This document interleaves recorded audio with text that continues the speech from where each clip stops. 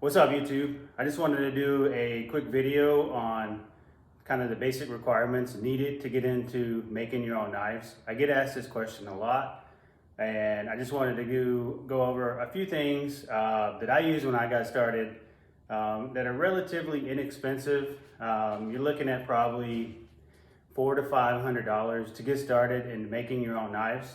So I'll give you a quick tutorial on kind of the basics on what you need and what I use in my home shop. So to make a knife, you need fire. So to get fire, you can make your own forge. There's single burners, double burners, triple burners, all kinds of options available. I started with a weed burner and some fire bricks. I don't recommend it, but if you don't want to spend a lot of money and you just want to try your hand at seeing what you can do, it is an option. From there, I upgraded to a single burner propane forge, and now I'm currently with a double burner propane forge. This I got off Amazon. I believe it was roughly under $200. It uses a 20-gallon propane tank, similar to what your grill uses. I can get probably 3 or 4 knives off a 20-gallon tank.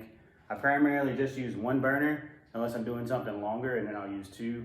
When I'm doing Damascus, about 1 tank is about all I can do for 1 knife, based on having to run it at the higher temperatures, the constant reheats, everything that goes with making a Damascus knife. So you got your fire, you need a forge. So there's all kinds of options out there. YouTube, I'll let you decide what's best for you. This is what I use: double burner propane forge. So you need an anvil. So this was my very first anvil. It's a piece of roughly 2-foot track from a railroad. So I made a lot of knives off this. It's got its pros and its cons. I think I paid $40 for it from Craigslist, and I used it for about 2.5 years. I ended up busting in it here. So I was forging Damascus billet and it cracked.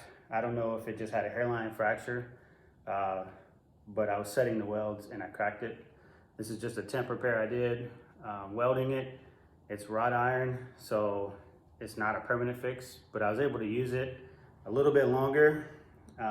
I currently use a 80-pound anvil that I got off Amazon. It's not the greatest, not the worst. It does its job. I have it sitting on a big log, like a, I don't know, 2-foot by 2-foot log, wrapped with chain, so it doesn't bounce, so it doesn't move around when I'm hitting it. So these are 2 options for you, either an anvil.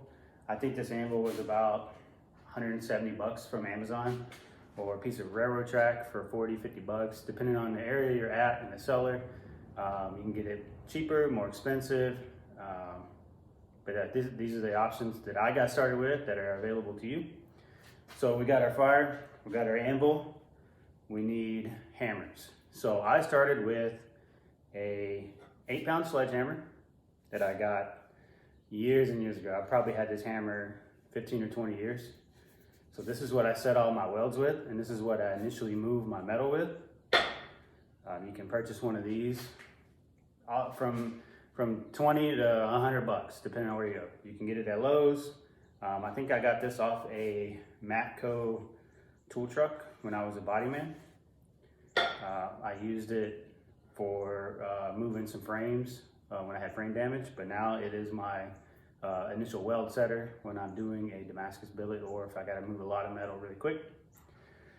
So this is the hammer that I recommend for you guys getting started. It's a cross peen hammer. I got this from Amazon, Picard brand. This hammer will run you about $30 to $40. I like this hammer for 2 reasons. It's cheap and it's versatile. So it has a relatively flat but beveled edge. I've had to modify it a little bit. It's got a little sharp edge. It will leave some hammer marks. So if you just take some sandpaper or a grinder, and take out those sharp edges, it's great. And then it has the cross peen. So I use this when I'm shaping handles, when I need to do fullers, when I need to stretch out metal. Highly recommend this off Amazon. It's roughly $30, $40. So I use this a lot. If you watch my videos, you'll see me use this hammer a lot. So this is a 3.5 pound hammer. It also has a cross peen. So this is what I use if I need to move metal quickly, but I don't want to quite use the sledgehammer anymore. And I also have the cross peen hammer. This is a blue brand. I think I roughly paid $130 for this hammer at a blacksmith shop. So this is one of my go-to uses. It's got a nice short handle, moves metal very well. It's got a flat, smooth surface. So I do get some hammer marks, but not nearly as bad as I do with the other cross peen hammer. This is a Ferriers hammer. So this is what I kind of do my finished work. It has a rounded edge, then it has a flat edge.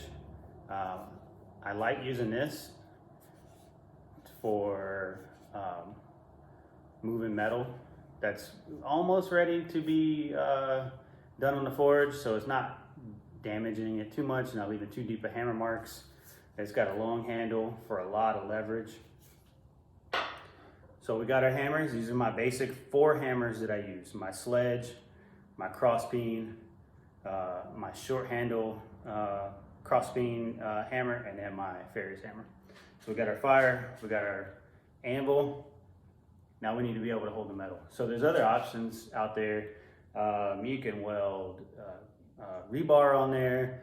I mean, you can use a plethora of things. I currently use 2 tongs. I use both of these I got, well, one of these I got this one on Amazon. So this has an opening for like a knife billet. So it's nice, once you get your knife formed, you can put it in there and kind of work it and hold it. This one I got at a blacksmith shop in Arizona. It's good for holding rebar. So you have the option to hold rebar through the front or through the sides, various thicknesses of rebar. So these are relatively inexpensive. I think I might have paid $30 or $40 for this one. This one was maybe about the same on Amazon. Very good. It does the job for me. So we got our fire, we got our anvil, we got our hammers, we got our holding utensil. So finishing. There's a lot of options out there for finishing your knife. 2x72 belt sanders, 1x30 belt sanders, grinders, all kinds of options. For a beginner that's on a budget, I recommend getting your basic angle grinder. So this tool, you can put a flat disc, what I currently have on there. You can take this off, a cut-off disc, so you can cut your metal if you're doing Damascus billets. And these are relatively inexpensive. This is a Scale brand. I might have had this thing 15 or 20 years as well. No issues. I use this from time to time. I do have a set 2x72 belt sander that I primarily use for my finish work. But for a beginner on a budget, this is a great option. Very versatile. I highly recommend that. This is what I recommend to all the people who ask me, what do I need to get started? And I don't have a very big budget. So this can be had, you can get this at Harbor Freight, you can get it at Lowe's, Home Depot, any tool store has these, and they're very, very, very versatile. So these are my recommendations. If you want to get started making your own knives, you can go into more advanced stuff. The bigger belt sanders, I recommend having a vise on a stand. It makes it really easy to work the metal, sand the metal, put your handle together. I use this when I do twisted Damascus. Very versatile. Also got this. This is a Harbor Freight vise, and then a piece of metal pole from Lowe's, and then I have it welded to an old tire rim. So this is kind of my basic setup. As far as cutting metal, if you want to cut your own billets or you want to cut it to shape, there's a lot of options out there. I use an abrasive chop saw. I think it's a DeWalt brand. I also have a Milwaukee portable bandsaw with the little Swag brand base. So that's primarily what I use to cut my metal when I'm doing Damascus billets, or I just don't need to use a whole stick of metal. I'll cut it on that. The abrasive chop saw is great when you're doing forge welding and you need to cut and restack. It cuts it really quick, but it does heat it up. And then, of course, the angle grinder with a cutoff wheel is just as effective. But yeah, so these are my recommendations if you want to get started making your own knives. Thank you for watching my video. Thank you for tuning in to my channel. Please feel free to drop some questions in the comments section. I'll do some more videos, some more tutorials on making knives, metalworking, woodworking. But I appreciate you guys. Please like, subscribe my video, and I look forward to you tuning in later for further content. Thank you.